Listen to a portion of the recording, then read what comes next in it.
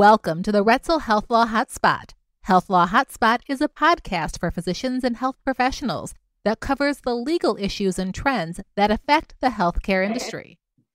Hi, everyone. Welcome to the HealthLaw HotSpot. My name is Ericka Adler. I'm shareholder and leader of our HealthLaw practice at Roetzel and Ericka. Thanks for joining us today. I'm joined by Christen Berman from Redwood Tax Strategy in Westlake Village, California. And today we're going to be talking about the employee retention tax credits. And I kind of feel like we're turning into a little bit of a tax podcast because we've done a couple of tax topics recently, but the employee retention tax credit is so important. And I've had so many questions about this lately. So let me tell you a little bit about Chris. She works with the Redwood Tax Strategy in Westlake, California, which is a national tax reduction planning firm, works directly with businesses as well as their CPAs to reduce taxes. And in particular, we're really interested in the employee retention tax credit, which Christen is going to tell us a little bit about, and which we know she's working both directly with businesses like physician practices, dental practices, and other types of practices.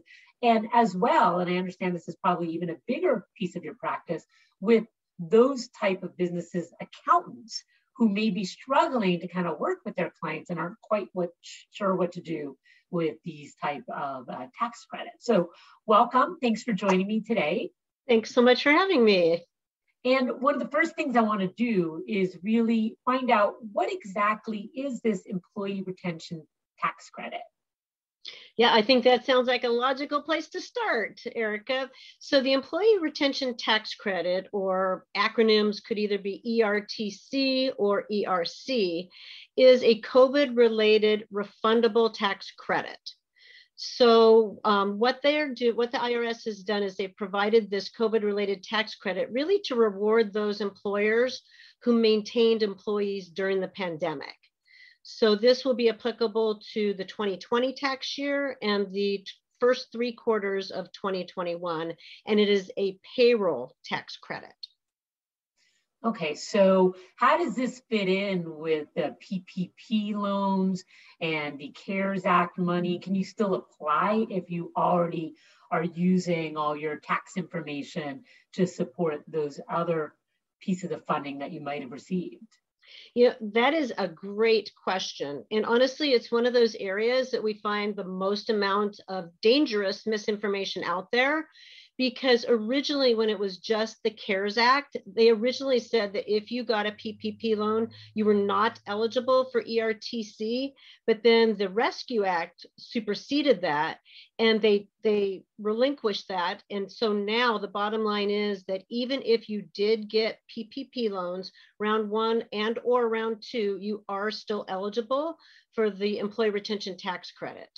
Now, it's really important that you don't overlap like wages that you used for forgiveness for your PPP loans with your ERTC. And there's very important aspects to best practices for doing your PPP loan forgiveness application and coordinating that best to get the maximum ERTC benefit. Okay, so let's say this is the first time you've heard about this and you're wondering, you kept people on the payroll during the pandemic. Do you qualify? Well, what should be the first step in terms of figuring that out? That's another great question. So there's really 2 ways to qualify for the ERTC. So the real straightforward way, honestly, is to just look to see if you had a large enough reduction in your gross revenues. So everything's going to be compared to 2019 tax year as your reference year. So we pull the quarterly gross revenue for 2019 first, and then we compare each comparable quarter to what you did in 2019. So we'll look at 2020 and quarter 1 for 2020 compared to 2019. So for the qualification, the rules are different for 2020 versus 2021. So just based on the gross revenue test, if you had a 50% or more reduction per quarter from 2020 to 2019, then that automatically would qualify your business for the ERTC for 2020. Now, 2021, it is a 20% difference in your gross revenue for each quarter in 2021 as compared to 2019. So a very large difference in what you have to show based on gross revenues. So 50% reduction for 2020, 20% reduction for 2021 as compared to the comparable quarter in 2019. Now, if you don't meet those guidelines to qualify, the secondary test would be, was your business impacted by a government mandated full or partial shutdown order? And if so, did that mandate have at least a 10% marginal impact on your business in terms of revenue or the amount of employees or the amount of time that was allotted to your business? And so that's the secondary, and that's probably an area we should take a little bit deeper dive, because that's one of the biggest areas where we're seeing some misinformation and misapplication of the rules, is this business interruption test. Okay, so let's talk about that. I mean, most, I'm sitting here in Illinois, but most states, I don't think all necessarily, had some type of mandate requiring a closing down. Now, some states did allow essential businesses to remain open. And since we're largely talking to medical practices, dental practices, some of them may have been considered essential. So this test may or may not work for all of them. But tell us a little bit more about it. Yes, and how this business interruption test impacts the medical professionals is very important to understand. So absolutely, even essential businesses can qualify for the employee retention tax credit. And oftentimes it's going to be based upon the business interruption test. So what you really need to understand the difference is the difference between, was it a demand issue or was it a supply issue in terms of how your business was impacted? So the first thing you need to do is go to your state's website and Google the government mandated orders, because you need to keep that in your file if you're going to apply for the ERTC based on the business interruption test. And so the first thing you want to do is just see what government mandates were in effect that impacted my business, and make sure you make note of that. Then once you can confirm that your business was subject to a mandate order, partial or full, that's when you look to demonstrate the minimum of a 10% marginal impact on your business. So when I say it's important to understand, was this a demand versus a supply issue? Let's say we're talking about a physician's office.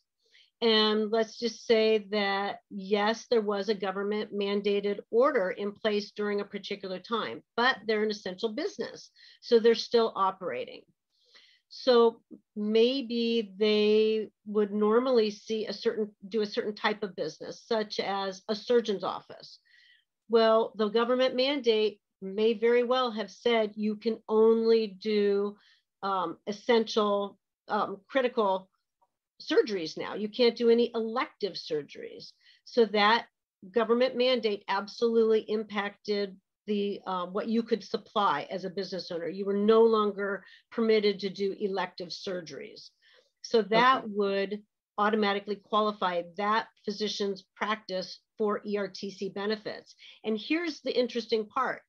Even if they did not experience a reduction in revenue, maybe they picked up other types of revenue, but still they were shut down in terms of being able to do elective surgeries. So that business would qualify. That's very similar to dental practices. Same thing with dental practices. You were not able to do cleanings because that wasn't essential. It wasn't critical. And so, but maybe they had so many dental emergencies that maybe their revenue didn't really show an impact, but their supply side, what they were able to do because of the mandate, was impacted by at least 10%. So they would qualify. That's really interesting. So is this something that, a practice can go out and apply for on their own? Is this something that they need help with? They definitely would want to seek help, and possibly their own CPA might be a good partner for that. That's probably where I would start, is just for them to speak to their own CPA. Honestly, at Redwood, because we work with other CPAs, generally speaking, we really went into this space thinking that we were going to just support our referral CPA partners and give them the tools. We've created some software tools to make sure that we're getting every penny that's due to the business owner and doing it safely. So we created software tools that we were providing to our CPA partners and then letting them take it from there. And honestly, leave it to the IRS to make things so complicated. And then, of course, they keep changing the rules. And then they've also scared the bejesus out of our CPAs by saying that this will be a high area of audit. So all of our CPA partners have pretty much said, we don't want to do it. We're going to just outsource it. So, but again, maybe your CPA feels comfortable doing it. And there are other businesses like Redwood that are there to help support them through it. But that's a good place to start is your personal CPA. And I've had some clients work with their accountants, and I know one of my partners, Donna Hartle, who's a tax lawyer, she will. I know Donna, yes. I know Donna, great. So she will work with clients and their accountants to kind of address this issue. The other, unfortunately, I have seen, some practices kind of go at it alone, only to then maybe realize that they got money that they weren't entitled to. And that's created a bit of an issue because, we've had to either refund or give back the money. And in some cases, it's actually impacted them. So I had a deal where a practice was looking to sell, and they had this money showing up as, as part of their bank account or their assets, however it was showing up at the time. And then they realized, oh no, this 600, 700,000, whatever it was, we actually have to give it back. So the financials we have are inaccurate, which was just kind of like a little extra issue that most people aren't going to have. But, you have to wonder who is out there applying for this. Do they know what they're doing? Do they know the risk they may be putting the practice at? And are they prepared to be audited or investigated? So I really do think that practices, and even if they have savvy COOs or CFOs, that they really do want to work with either a tax lawyer or a tax accountant or a company that specializes in this, just to double check the work, because it does seem the repercussions are pretty big. Now, one thing I know is this is a tax credit. Am I correct? So you're correct. You get money back from taxes you've already paid. Is that correct? That's correct. Yes. And at the beginning, you could apply these credits towards future owed taxes, but that period of window is past. So now it's literally you're receiving a refund check from the IRS. Okay. So it's not like you can pay less taxes in the future, kind of hold it as a credit, and then if I owe X amount, I just pay Y instead. It's not really working like that. At this point in time, no, it's no longer working like that. And it's actually better for the consumer to get their credit up front now, because if we were to ask if we could still do that process where you apply it to future taxes owed, it would be spread out for too long of a period for it to be to the business owner's advantage. It's better to just now get it as a lump sum refund. What happens if a practice has sold since they had their shutdown, or could they still be entitled to this? That's actually an excellent question. So yes, whoever owned the business at the time of that this period applied to, that would be the business that would be the entity that would be able to receive the credit. So this is very important. When you sell a business, did you just sell like the goods and the belongings of the business, or did you also transfer the EIN number of the business? So whoever owns the EIN number is entitled to the credit. So we have some instances where business owners sold their business, they did not transfer the EIN, and they were still eligible to receive the tax credit. Right. But if you transferred the EIN number when you sold the business, then it's the new business owner that's entitled to the tax credit. Okay, great. And for most of my clients that are listening, and any practices that are listening, the difference would be a stock sale which is where the EIN transfers, versus an asset sale. And most of our deals are asset sales. I'll also warn you one other thing, that sometimes in some of these transactions, you do transfer the right to be entitled to any tax credits or refunds. So you do want to make sure you haven't given that right to the buyer before you do apply for the credit, or you're going to get it but not be able to keep it. So I think that's important. And I would guess that the liability for having done this properly stays with the FEI number as well. So if you applied, you got a tax credit, then you sold your business, and then you get audited down the road, there's going to be obviously some potential issues if it was done properly or not. Yes, and the liability issue, honestly, is another really, really important issue for business owners to understand. Because as I mentioned earlier, we're finding that the majority of CPAs are not wanting to handle it, so they're outsourcing it. So they may be transferring the responsibility to a separate company. And let's just say one of the big areas is the payroll providers are pretty active in this space. Well, remember, payroll providers don't have all the information needed to properly do the ERTC. So what they're going to do is they're going to rely on the business owner to provide a lot of that information to them. And then they can file the amended 941Xs and help the business owner to file for the credit. Granted, a lot of the data that needs to be used to get the credit is payroll data. So it does seem to make sense that a payroll provider could be a good avenue to be able to help you with this credit. But in the area of the liability, it is not. If you've gone to a payroll provider, then it's really the business owner that the liability is going to fall upon, because you're the one giving the payroll provider all the information, and they're just literally plugging in, but they're telling you that you're providing us this, it's really your liability. So if in the event you get audited down the road, that could be a very expensive audit, because who are you going to turn to protect you in an audit? Your personal CPA, and they didn't do the numbers. So they're going to have to dig up, how did all this come about? Where did these numbers come from? And then there very well might be inaccuracies in the numbers if you didn't go through somebody very experienced in this area. That's a great piece of advice. So we know there's some things to look out for, and we know that this is not necessarily hard to apply if you meet the criteria. Just got to get somebody good helping you. What kind of success are you seeing? Is virtually everybody getting some kind of credit here? Well, at Redwood, we have a screening process. So as a managing director, if you're going to bring a business to the table to apply for the ERTC, we have written some software tools to be able to look at gross revenue information and then business interruption information and essentially pre-qualify our businesses. So we're not going down this path of doing all this data collection, which is fairly extensive, until we know upfront that our businesses do qualify for the credit.